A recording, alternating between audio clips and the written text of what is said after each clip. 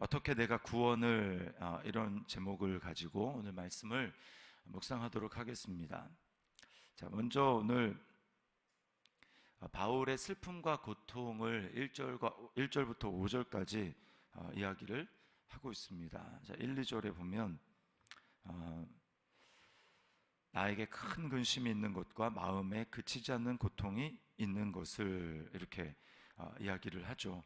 자, 그 근심과 고통 무엇 때문입니까? 3절에 보면 나의 형제 곧 고륙의 친척을 위하여 이렇게 이야기를 합니다. 이 형제 곧 고륙의 친척이 누구냐 하면 4절에 보면 그들은 이스라엘 사람이라 이렇게 이야기를 합니다. 그러니까 자기 민족 때문에 고통이 있는데 왜 고통입니까? 이제 쭉 오늘 본문을 살펴보고 11장까지 이제 같은 맥락으로 쭉 이어지는데, 이것은 그들이 예수 그리스도를 믿음으로 받아들이고 있지 않다라고 하는 것 때문에 바울은 굉장히 고통스러워 합니다. 어느 정도의 고통인가 하면 3절 하반절에 보면 내 자신이 저주를 받아 그리스도에게서 끊어질지라도 원하는 바로라 이렇게 이야기를 하죠. 그러니까 내가 구원의 자리에서 멀어질지라도 내 민족이 하나님 예수 그리스도를 믿고 구원을 참 받았으면 좋겠다라고 하는 이 마음입니다. 이스라엘 사람들의 참 특권이 많이 있죠. 뭡니까? 4절에 보면 4절 하반절에 보면 양자됨과 영광과 언약들과 율법을 세우신 것과 예배와 약속들이 있고, 5절에는 조상들도 그들의 것이요 육신으로 하면 그리스도가 그들에게서 나셨다 이렇게 이야기를 합니다. 그러니까 예수를 믿는다고 하면 믿을 수 있는 더 좋은 조건들이 이방인들보다 훨씬 더 많이 갖추고 있는 그런 이스라엘 사람들인데 믿지 않고 있으니까 너무 안타깝다라고 이야기를 하고 있습니다. 그들은 지금 육신적으로는 뭐 이제 양자될 자리에 놓여 있지만 결과적으로는 그들이 예수를 믿지 않고 있기 때문에 하나님의 진노 가운데 놓여 있다라는 것입니다. 그러니까 안타까워요. 여기서 우리는 그리스도의 마음을 가진 바울의 모습을 보게 됩니다. 예수님의 마음을 가지고 있는 것이죠. 그리스도 안에서 하나님의 충만함을 누리고 있는 자는 바로 이런 마음을 갖습니다. 육신적인 자신의 형편과 처지를 보는 것이 아니라, 나의 힘듦, 나의 괴로움을 보는 것이 아니라 하나님의 은혜를 누리고 있지 못한 그 사람들의 형편과 처지를 바라보면서 안타깝게 여기는 것입니다. 구약에서는 이런 모습을 모세가 보였습니다. 시내산에서 모세가 언약의 말씀을 십계명 돌판을 받기 위해서 하나님께 올라가잖아요. 시내산 꼭대기에. 그때 이제 밑에서는 아론을 중심으로 금송아지를 만들어서 우상을 숭배하는 그런 모습을 보게 됩니다. 그때 내려왔을 때 하나님이 이제 이스라엘 백성들을 진멸하시려고 하죠. 너는 옆으로 비켜라. 내가 저들을 한순간에 진멸하고 너를 통해서 새로운 민족을 이루겠다라고 하나님 그렇게 말씀을 하십니다. 근데 모세가 하나님 앞에 기도하죠. 내 이름이 생명책에서 지워질지라도 하나님 저들이 구원받기를 원합니다. 이런 중보를 모세가 합니다.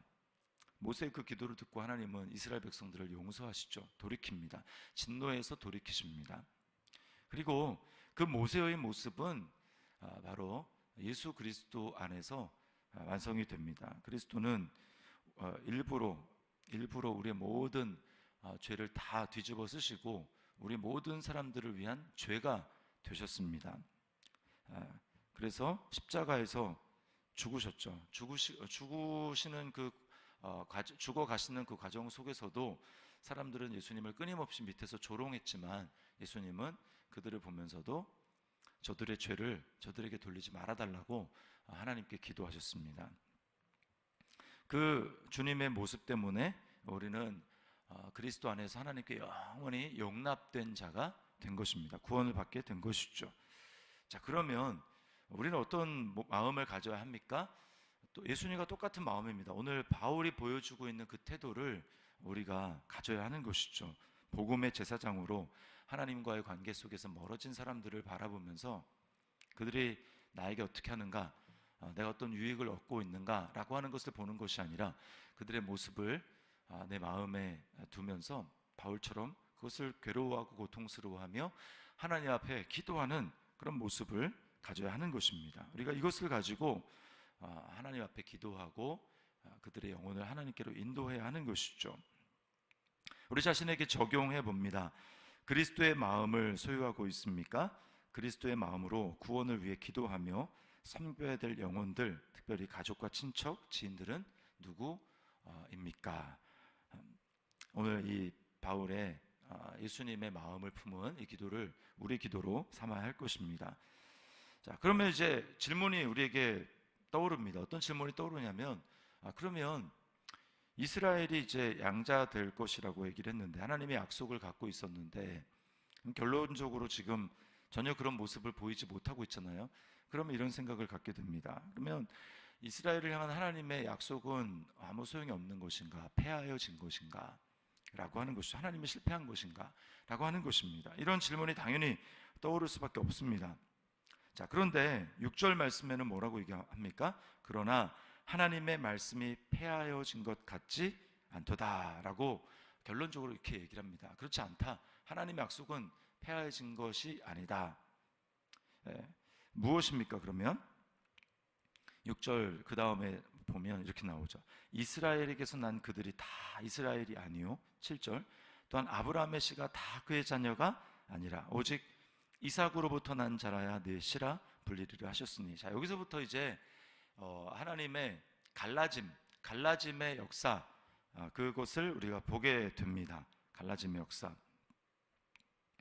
8절에 보면 이렇게 얘기하죠. 육신의 자녀가 하나님의 자녀가 아니요 오직 약속의 자녀가 씨로 여기심을 받느니라. 자, 여기서부터 이제 육신적으로 태어난 두 아들, 그 다음에 또 그 아들 중에 한 사람이 택하고 그 한 사람을 통해서 또 난 자녀들, 이렇게 있는데 하나님이 누구를 하나님의 자녀로 삼을 것인가 라고 하는 그 하나님의 선택의 이 문제가 나오게 됩니다.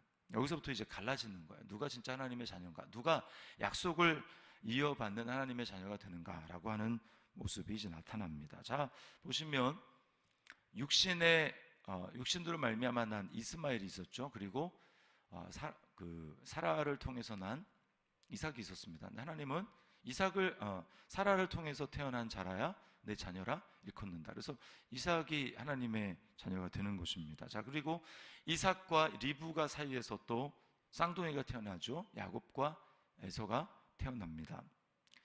육신적인 혈통으로 말하면 장자인 에서가 하나님의 자녀가 되고 언약을 이어가는 그 언약의 자손이 되어야 합니다. 그런데 오늘 읽어보면 리브가 뱃속에서 이 쌍둥이가 있었을 때 그들이 무슨 선을 행하거나 악을 행하기 전 아닙니까? 모태에 있었으니까. 그런데 그때 하나님은 뭐라고 합니까? 작은 자가 큰 자가 작은 자를 섬긴다라고 말씀을 하신 거예요. 그러니까 하나님의 약속 언약을 이어받은 그 선택된 자녀는 누구냐면 에서가 아니라 이제 에서가 아니라 야곱이 될 것이다라고 말씀을 한 것입니다. 자, 이 원리는 어떤 원리입니까? 자, 11절 말씀에 보면 이렇게 이야기를 합니다. 그 자식들이 아직 나지도 아니하고 무슨 선이나 악을 행하지 아니한 때에, 그다음 중요한 거, 택하심을 따라 되는 하나님의 뜻이 행위로 말미암지 않고 오직 부르시는 이로 말미암아 서게 하려 하사, 이렇게 이야기를 합니다. 자, 여기 중요한 원리가 있죠. 택하심을 따라 되는 하나님의 뜻이, 이렇게 얘기를 합니다. 택하심, 그것은 택하시는 하나님의 원리는 행위로 말미암는 것이 아닙니다. 택하시는 것이기 때문에 택하시는 하나님께 전적으로 그 모든 것이 달려 있습니다.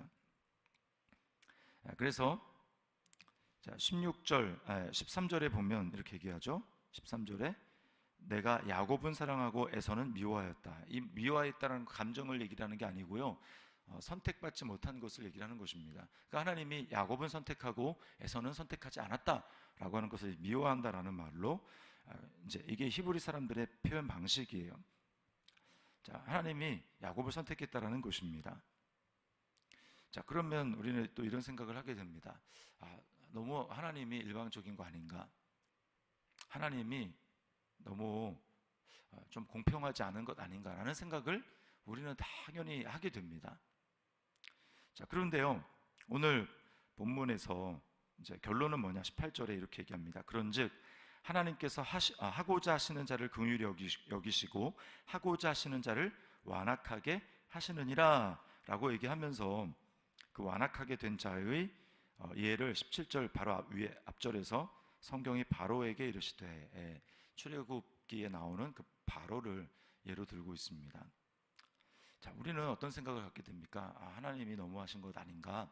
하나님이 불의하신 것 아닌가? 선택을 하나님이 하셨으니까 그러면 선택받지 못한 그 사람들은 너무 불쌍한 거 아닌가? 뭐 하나님 너무하시는 거 아닌가? 이런 생각을 하게 됩니다. 그런데요, 그것 자체가 인간의 상황, 놓여진 처지가 얼마나 교만하고 악한가라고 하는 것을 우리가 간과한 그런 질문이라는 것입니다. 여러분, 인간은요, 지금 어떤 상황에 있습니까?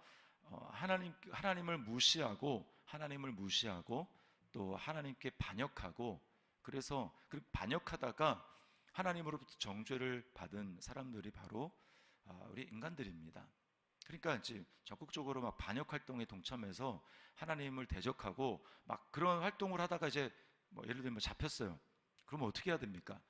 당연히 그 반역에 참여한 무리들을 다, 그들이 적극적으로 그런 반역에 참여했으니까 다 잡아서 다 죽여야 되는 겁니다. 다 심판을 받는 것입니다. 이게 지금 현재 인간들의 상태라는 거예요. 그런데 하나님께서 어떻게 하십니까? 그들에게 공의의 심판을 베푸시는 것이 아니라 이렇게 반역에 가담한 무리들을 향해서 하나님이 자기 아들을 내어주시는 거예요. 자기 아들을 내어주셔서 하나님이 그 반역한 사람들의 그 죄를 자기 아들에게 다 전가시켜서 대신 자기 아들을 죽이십니다. 그리고는 뭐라고 하냐면 이 아들에게 이 아들됨, 그리고 이 아들을 믿고 아들이 주인됨을 너희가 받아들인다면 내가 용서를 하겠다고 하나님 말씀하는 것입니다. 그런데 그 예수 그리스도를 받아들이지 않는다라는 것은 단지 믿지 않는다라는 것이 아니라 자신들의 그 과거의 죄, 하나님을 무시하고 하나님 없이 내가 주인된 삶을 살았던 그 부분들을 끝까지 고수하겠다라고 하는 매우 악한 모습을 유지하는 것입니다. 그들에 대해서 하나님이 심판을 하시는 것은 너무나 당연한 것입니다. 인간은 그냥 가만히 두어도 지금 악한 죄를 지었고 그것을 유지하는 삶을 살고 그 끝은 멸망하는 것이죠. 그들이 당하는 결과는 너무나 당연한 것입니다. 그러나 우리는 마치 선량한데도 불구하고 하나님이 선택하지 않았기 때문에 망하는 것이다. 하나님 어떻게 그렇게 할 수 있느냐라고 이야기를 하고 있다라는 거예요. 내가 얼마나 하나님 앞에 악한 죄인인 것인가라고 하는 것을 망각한 그 질문이 바로 하나님이 어떻게 그렇게 할 수 있는가라고 하는 것입니다. 아니에요. 그렇지 않습니다.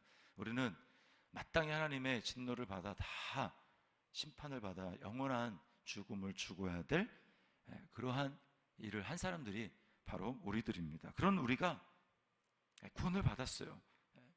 믿게 됐습니다. 라고 하면 이것만큼 감사하고 감격할 일이 없다라는 것입니다. 어떻게 내가 바로와 같이 끝까지 하나님의 은혜를 거부하지 않고 내가 믿게 됐나? 어떻게 내가 이 하나님의 은혜를 받아들이게 되었나?